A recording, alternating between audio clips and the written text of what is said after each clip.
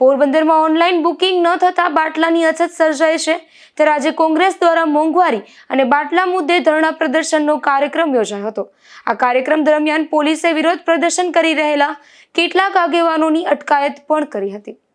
આપ સૌ મિત્રો જાણો છો કે છેલ્લા એકાદ મહિનાથી આ નરેન્દ્ર મોદીના નીતિવૈશ્વિક નિર્ણયના હિસાબે જે આ દેશની અંદર જે બેહાલીનો માહોલ ઊભો થયો છે, મોંઘવારીએ માજા મૂકી છે અને એને વચનો આપેલા હતા કે મારી બેનને હું ધુવાડો નહીં લાગવા દઉં, પણ બેનને ધુવાડો તો ઠીક, અત્યારે બાટલા પૈસા દઈને જે બાટલા જોઈએ છે એ મળતા નથી।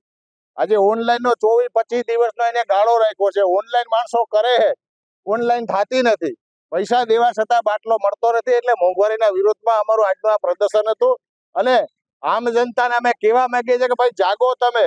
આ દેશની અંદર નરેન્દ્ર મોદી સરેન્ડર થઈ ગયા છે અમેરિકાની સાથે। જે કે હમણાં જે કે નિર્ણયો લે છે આપણે બધા જાણીએ છીએ, ખબર નથી પડતી એની શું એમ દસ દબાણી છે। એટલે કોંગ્રેસ પાર્ટી દ્વારા પોરબંદરની અંદર આજે વિરોધ પ્રદર્શન મોંઘવારીના માર જે પ્રજા સહન કરી રહી છે તેના વિશેનો આજનો અમારો પ્રોગ્રામ હતો।